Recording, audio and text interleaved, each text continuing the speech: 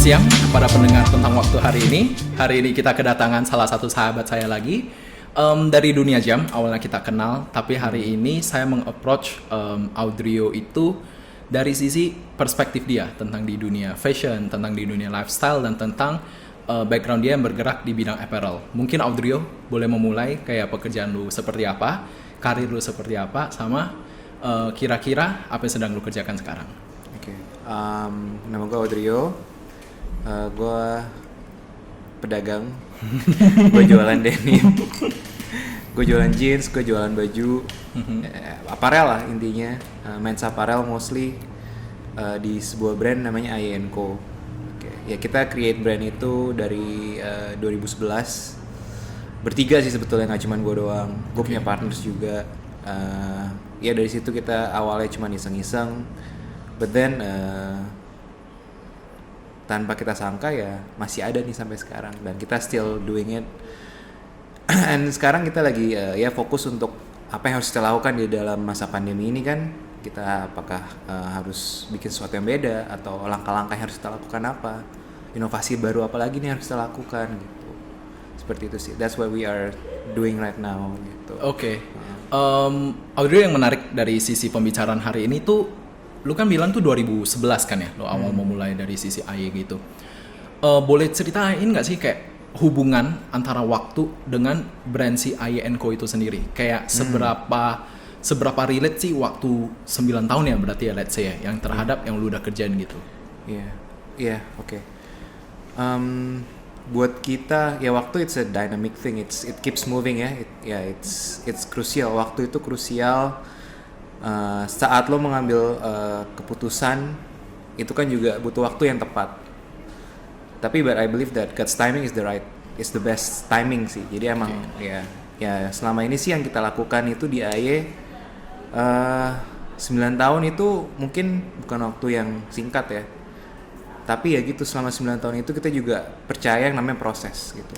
Kita percaya kalau emang sesuatu yang naiknya cepat atau buru-buru itu juga kemungkinan ya sebagian besar tuh akan cepet juga turunnya gitu. That's why kita percaya banget sama yang namanya proses. Dimana kayak tren juga keeps moving gitu kan. Seiring waktu tren juga beda-beda setiap tahun, mungkin setiap bulan malah ganti gitu. Tapi ya kita berusaha untuk tetap stay di konsep kita seperti apa gitu. Kita nggak ngikutin tren terus gitu. Dan dari situ ya kita yang pasti ya tadi yang kayak gue bilang, kita harus pick the right timing untuk mengambil sebuah keputusan gitu. Gitu. Nah, kalau gue penasaran juga dari kayak 9 tahun selama perjalanan lu bersama dua sahabat ya dalam sisi I&Co gitu. 9 tahun ini tuh mengubah perspektif lu gak sih sebagai seorang individu? Maksudnya yang menjalankan sebuah brand gitu. Yes, kalau sebagai individu gue belajar selama 9 tahun itu waktu yang cukup untuk gue bisa mengenal diri gue sendiri juga, belajar tentang diri gue pribadi. Ibaratnya kayak kita sebagai pelaku usaha seperti ini gitu. Kita harus bisa nih siap menghadapi kayak momen dimana contohnya dulu gue sama partners gue awal-awal tuh sering banget nggak ada tuh sales, kayak ibaratnya zero sales lah intinya gitu. But then again ya udah gitu, we're not gonna stop doing what we're doing gitu kan. Terus as an individu gue juga belajar teamwork, mengenal juga ibaratnya karakter masing-masing partners gue. It's a process sih, sama sih maksudnya ya itu, we believe in process kan. Jadi what we're doing ya ibaratnya we are doing our best supaya menghasilkan yang terbaik juga untuk customer kita gitu loh. Oke. Gitu. Dan menariknya juga gue penasaran sih, ada nggak sih karakter ataupun kata khas yang bisa mendeskripsikan I&Co itu sendiri? Misalnya kayak menurut lu I&Co bagi lu itu seperti apa gitu loh? Misalnya kayak kan gue ngeliat tuh I&Co tuh lu gak following trend sebenarnya. Kalau perspektif gue ya, sebenarnya sebagai customer, sebagai temen lu, kayak gue gak ngeliat tuh AY itu following trends, tapi lu always dan sering banget tuh nge-create your own trends gitu. Jadi ada gak sih ada gak sih DNA daripada si AY gitu sendiri yang kayak menurut lu ini AY banget gitu. Jadi kalau misalnya gue sering lihat, let's say ada Fondage gitu kan, itu kan motor indie Californian USA gitu. Nah tapi kalau misalnya AY & Co itu lu ngedescribe-nya itu apa, Rio? Oke, kita tuh konsep kita sih awalnya kita kan based on secret society kayak gitu. Kalau let's say tadi kayak Fondage, si McClinton itu kan dia motor apa sih brotherhood bike gitu ya, ya gitu. Kita actually base kita tuh in awalnya konsepnya secret society sih jatuhnya gitu sih. Jadi kayak apa yang kita usahakan dulu itu adalah sampai sekarang, jadi kayak we tell people apa yang seharusnya mereka harus tahu gitu, about conspiracy theories lah, about secret societies lah, and kita gunain produk kita sebagai media untuk mereka mengetahui itu gitu. And apakah mereka mau responnya bagaimana itu terserah mereka gitu. Seperti itu sih. Oke. Gitu. Dari 9 tahun nih, Rio, kalau boleh tahu tuh lu bener-bener nama lu muncul ya sebagai AY gitu tuh di tahun berapa sih? Yang bener-bener orang kayak mulai ngebicarain, lu udah pakai AY belum nih? Lu udah itu tuh tahun berapa sih yang mungkin yang kayak lu ngeliat tuh kayak bukan masa kemasan ya, tapi kayak picking up-nya itu. Oke. Kalau mungkin 2013 ke 2013 akhir ke 2014 kali ya. Lumayan lama ya, 3 tahunan ya. Iya. 3 tahun ya. It's apa ya? Sebuah hal yang kita sebagai tim juga bersyukur sih, emang dari awal itu dimulai dari rumah kosong bokap gua. Ya pertama kita bikin ide, bikin brand gitu kan. Awalnya iseng-iseng, ayo di mana ya, kita nggak punya uang untuk ibaratnya rent some place buat kita kantor atau apapun itu. Akhirnya bokap gua berbaik hati, dia ada tempat kosong, lo pakai aja gitu. Oke. Jadi selama 3 tahun pertama itu kita nggak bayar rent, ya kan. Kita jualan juga di garasi rumah gitu. Okay. Kita sampai beli tenda di S Hardware, kita bikin tenda. Jadi orang kalau mau masuk, ya udah lewatin tenda, belanja di situ. Oh gitu. Iya, jadi sampai kayak gantungan baju kita keluarin ke garasi. Oh oke. Kayak kita keluarin ke garasi, ayo lo mau beli apa, pilih gitu kan.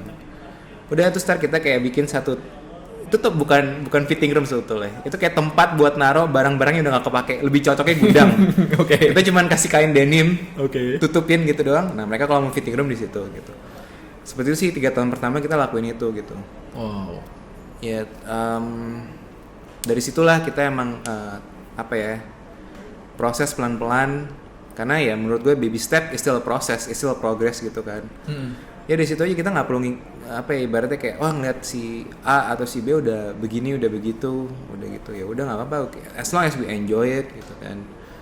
Terus dari situ ya udah akhirnya kita punya uang untuk sewa tempat sendiri gitu. Ya udah sampai sekarang. Oke. Dan dari proses yang lumayan lama itu tuh gimana sih, Audrio, lu cara lu untuk nge-keep your originality sebagai sebuah brand? Jadi karena gue ngeliat tuh kayak brand baju ya terutamanya, kayak tiba-tiba lagi ngetrend ini lifestyle-nya gitu, tiba-tiba ngetrend ini lagi gitu. Bisa kayak let's say 2019 tuh kan techwear ya, yang kayak agak technological gitu loh, yang parachute lah segala macam kan mulai masuk ke Indo segala macam gitu kan. Gimana sih lu cara AY itu untuk nge-keep your originality gitu, tetap stick to that point gitu?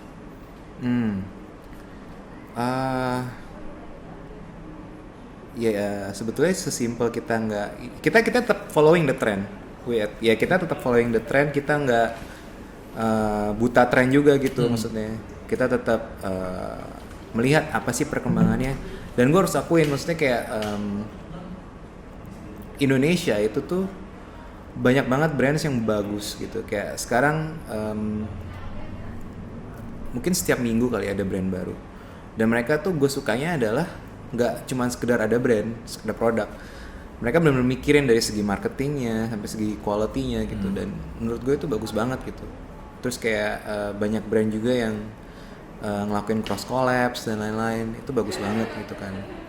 Jadi setiap brand tuh yang punya cara masing-masing untuk keep their originality gitu ya. Kalau dari kita sendiri paling kita nggak pernah ibaratnya merubah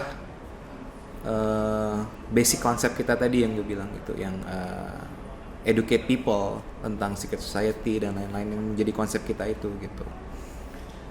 Terus we just keep making apa yang kita buat emang dari awal, yang kita percaya sebagai garis benang merah kita di AYE itu adalah basic apparel, jeans, nggak sesuatu yang neko-neko gitu. Mungkin kita bisa let's say selipin sebuah tren kayak kemarin kita bikin cargo pants gitu kan.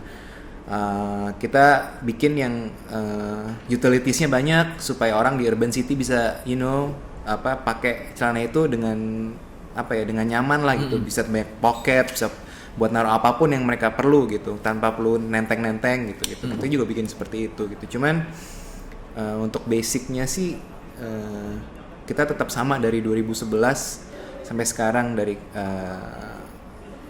cuttingan, dari fabric.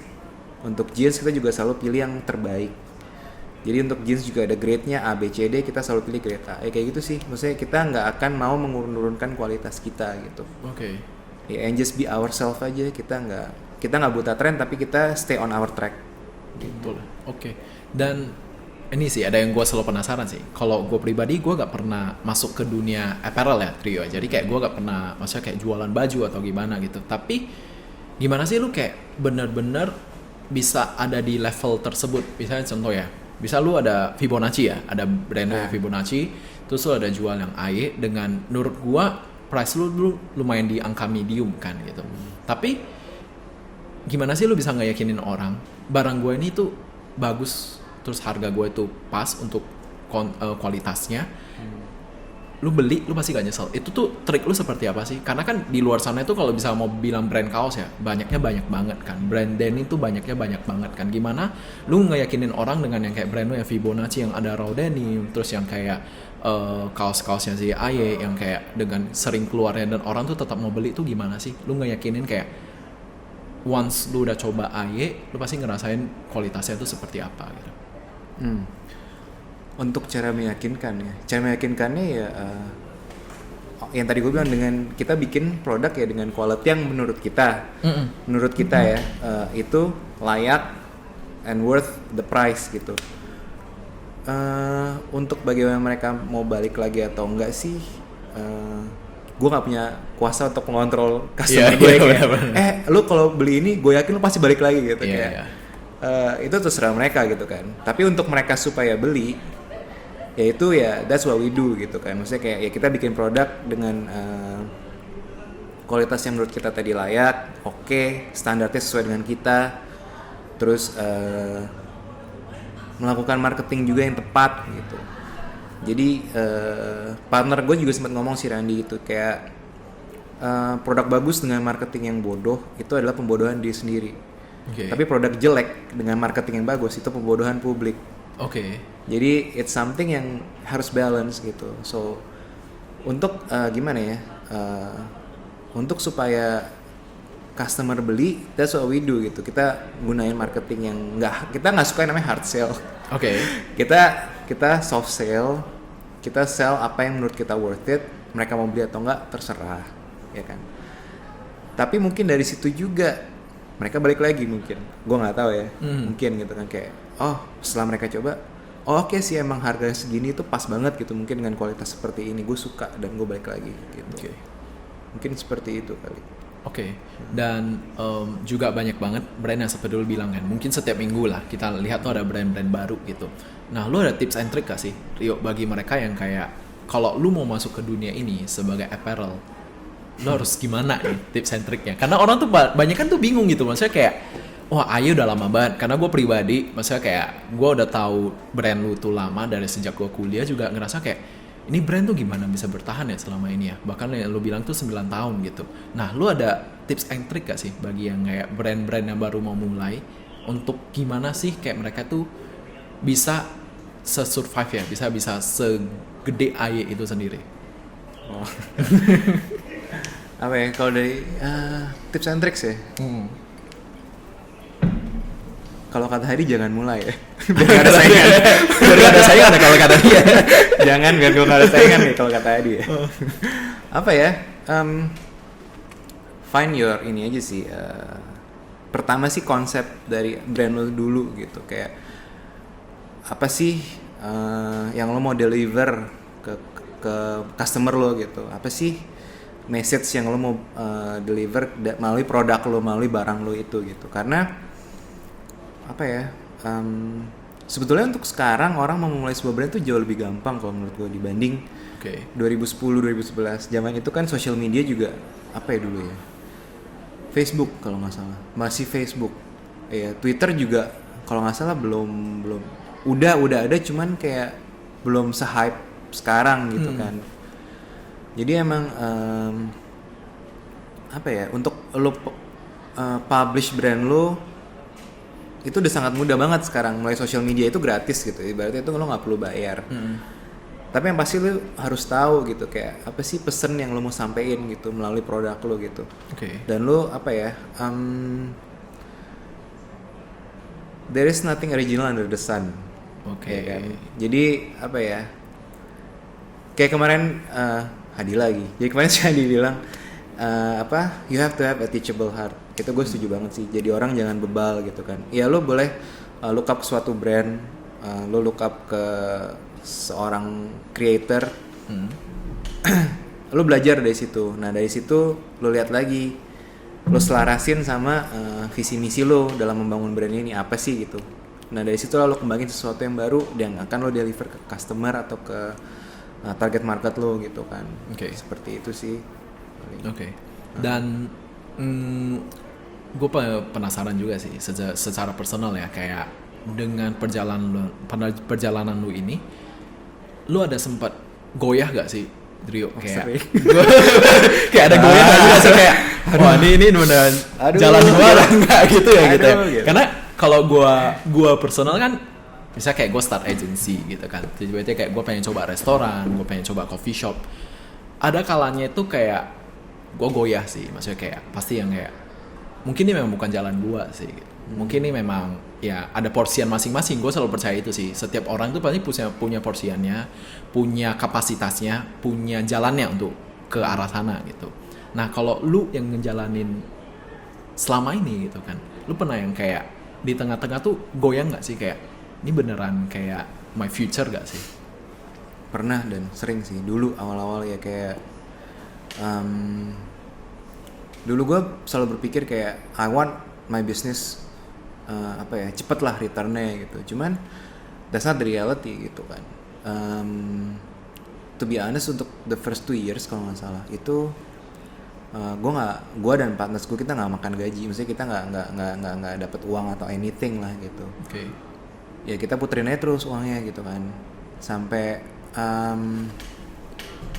ada momen kayak sehari cuma laku satu kaos gitu, satu t-shirt gitu. Terus kayak kita mikir, gue sih mikir kayak as simple as dengan satu kaos kejual, profit kita dapat segini dari satu kaos itu, masih bisa makan, that's it, udah gitu. Sesimpel itu aja sih, kayak ya udah syukurin aja gitu kan. That's what keeps us moving juga gitu. Kalau apa ya, kita terlalu ngoyo mau ini mau itu tapi ya not doing anything dan nggak ada rasa bersyukur, kita emosi terus gitu. Bener. Goyah itu kan itu justru momen di mana lo diuji kan. Iya, banget. Itu di momen lo diuji, di berarti kayak lo ditempa gitu. Ini momen di mana lo harus membuktikan kalau emang ini decision lo, ya udah live with it gitu. Jangan tiba-tiba tengah jalan keluar. Dulu gue sebetulnya kan di agency kan, advertising. Jadi kayak ada momen di mana the first 2 years gue jalan aja tuh kayak gila, apa gue balik ke office life ya gitu kan. But then ya itu gue decided untuk keep on track di AY. Gue tetap berusaha semampu gue di AY. Ya sampai sekarang sih gitu. Dan kayak, yang lu lihat tuh apa sih, Rio? Sekarang kayak dengan 9 tahun ya, lu ada di that level ya. Lu ngeliat tuh AY itu seperti apa sih? Kayak kalau lu lihat ke belakang ya, lu nyangka nggak maksudnya lu bisa sampai segininya ya? ya kalau untuk AY dari dulu sampai sekarang sih we are still the same. Tim kita sama sih. Ya ada yang ganti cuman maksudnya secara partners kita sama. Kita still the same person as kita dulu di 2011 sampai sekarang. Mungkin yang bikin beda itu apa ya? Capacity yang bisa kita lakukan dengan si AY ini gitu. Mungkin kalau dulu capacity kita nggak sebesar sekarang gitu kan. Tapi ya apa ya, nothing's changed that much sih. Kalau emang kita punya goal juga sih untuk in the next few years apa sih yang kita mau reach gitu kan. Once we look towards the goal itu kayak kita masih di sini kok gitu. It's still a long way to go gitu. Kalau emang kita look back ya, there are progress yang kita sangat bersyukur banget gitu dibanding 2011 sama sekarang ya, 2029 tahun itu ya kita mengalami banyak progress tapi juga banyak jatuh juga sih, maksudnya kayak jatuh secara mental, jatuh secara sales, jatuh ya everything lah gitu, kayak tadi lu bilang should we keep going atau enggak gitu. Benar. Bahkan there are moments dimana kita namanya 3 kepala, 3 otak gitu kan. Kita pasti ada momen dimana kita harus berdebat. Kita sama-sama keras. Dimana kita lagi berdebat, ya udah. Tapi selesai berdebat harus ada solusi. Iya. Kalau nggak ada solusi, itu cuma buang waktu gitu. Kita cowok bertiga. Ya udah kita mau marah, kita mau berantem dalam ruangan itu tertutup, lakuin gitu. Tapi dari situ kita harus ada solusinya gitu di masalah ini tuh apa yang harus kita lakukan gitu loh. Ya itu yang selalu kita lakukan sih. Jadi kayak apa ya? Mungkin selama 9 tahun itu kita belajar lah gimana cara kita menghadapi masalah, cara kita misalnya kayak ada ketemu masalah A nih di tahun 2013 ini pertama kali kita hadapin masalah ini nih. Pusing gitu kan. Wah gila, apa nih yang harus kita lakuin nih, gimana nih gitu. Tapi ya, ketemu itu masalah di tahun 2020 nih atau 2019 nih, oh gitu ya, tinggal gini gitu. Oke. Tapi ya gitu, masalah nggak akan ada habisnya, it keeps coming gitu. Bener. Ya apalagi sekarang kan ini benar-benar masa cobaan buat nggak cuma buat kita tapi ya buat semuanya sih kalau menurut gua. Bener. Kalau gua bilang sih ya zaman ini ya, pandemi ini tuh sangat menentukan sih karakter seorang pemimpin tuh seperti apa sih. Dan gue juga ada beberapa last question. Ini relate kepada Berdetik sendiri. Kalau misalnya dari sisi lu sebagai gue lihat yang memang punya style dalam dunia AY gitu kan, jam tangan apa sih yang lu pilih dan jam yang menurut lu nge-represent you gitu? Jam tangan. Personally jam tangan. Buat gue gitu, personally gue.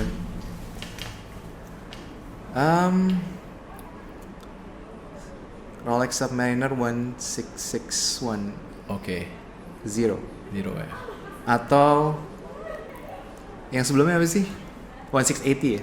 Iya, I think ya 1680 ya, yang sub itu ya. Iya. Berarti memang kalau memang gue lihat dari karakter lu tuh memang keep it simple. Iya, I like basic things. Lu like basic ya. Gue paling menghindari hal yang ribet. Oke. Jadi emang I like simple things, I like basic things. Gue gak mau yang ribet. Itu juga gue terapkan ke AY sih. Oke. Nah, jadi emang ya nggak ribet lah intinya gitu. Dalam hal operasional, dalam hal produksi, dalam hal produk. Ya everything have to be simple and clean. Oke. Gitu. Wow. That's what we do sih. Oke, gue bisa lihat sih, maksudnya kayak dari setiap kali lu ngepost something ya, ataupun ya kayak your style gitu, memang you keep everything simple sih. Like, I think banyak kan memang kayak black and white. Sometimes ada color lah, sometimes kan. Yes. Sometimes kan. Gitu. Dan di last question buat lu,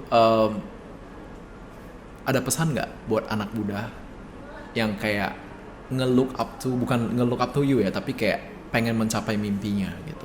Gue bisa pengen jadi entrepreneur seperti Audrio, gue pengen punya brand ataupun kayak pengen berkarir sendiri. Kira-kira dari lu sendiri tuh ada something nggak pesan ke mereka? Find your purpose dulu sih. Asik. Oke. Iya, apa sih alasan lo mau ngelakuin itu gitu. Kalau emang lo ngeliat alasan lo itu untuk ngelakuin itu adalah sesuatu yang emang lo apa ya, merasa itu sesuatu yang emang lo mau kerjain, dan dengan hal yang lo kerjain ini lo bisa mungkin menciptakan lapangan kerja baru kah, atau lo bisa memberkati banyak orang di sekitar lo kah gitu kan ya, and then do it gitu. Apalagi kalau itu passion lo gitu kan. Tapi kalau lo ngelakuin itu cuma untuk just for the sake of profit, banyak hal lain yang bisa lo lakuin gitu. Tapi untuk to reach that apa ya, level atau goal, ya you have to find the purpose dulu gitu kan. Karena kalau udah ketemu purpose-nya ini, oke, gue mau ini supaya ngelakuin ini supaya ini gitu, ya udah, lo nggak akan pernah bosen, lo nggak akan pernah stres. Pasti stres ada sih, cuma maksud gue lo nggak akan pernah give up. Yep. Gitu loh, lo nggak akan pernah ngerasa kayak capek atau mau quit gitu. That's the most important thing kalau mau ngomongin waktu ya. Ya tadi, time keeps moving, you have to keep moving juga. Kalau nggak ya lo akan kelewat gitu kan. Benar. Waktu akan ngejar lo gitu. Benar. Lo akan ketinggalan lah intinya gitu. Benar. Kayak tadi gitu sih. Jadi ya find your purpose dulu untuk kalau lo mau mulai sesuatu. Dari situ kumpulin modal. Kumpulin modal. Udah pasti dong. Ya nggak Udah, sih? oke. Everything yang mau lo lakuin pasti butuh modal. Pasti gitu kan. sih. Terus kalau udah ada modalnya, nggak perlu banyak, semampu lo aja. Kalau lo mau mulai sebuah brand, kalau dari gua pribadi jangan pernah ngelakuin yang namanya PO, apalagi itu brand lo sendiri. Oke. Ini aja sesimpel ini aja ya, sesimpel thoughts aja menurut gua Iya. pribadi gitu. Karena kalau udah ngelakuin yang namanya PO atau pre-order, itu kayak you don't have the faith in your product gitu. Wow. Kalau oke. lo bikin sesuatu, gue punya produk and I have faith in it gitu. It's a good product yang gue yakin ini bisa jadi sesuatu yang bagus buat lo gitu, buat market gue Oke. gitu. Ya udah, you have to pede, lo harus menjadi pede untuk ngejual itu. Lo punya faith di dalam produk lo itu gitu. Gitu. Kalau gue sih itu jangan pernah bikin sistem pre-order. Oke. Gitu. Terus apa lagi? Utamain quality kalau lo mau bikin brand juga, itu udah pasti. Never give up. Last thing, pray, doa.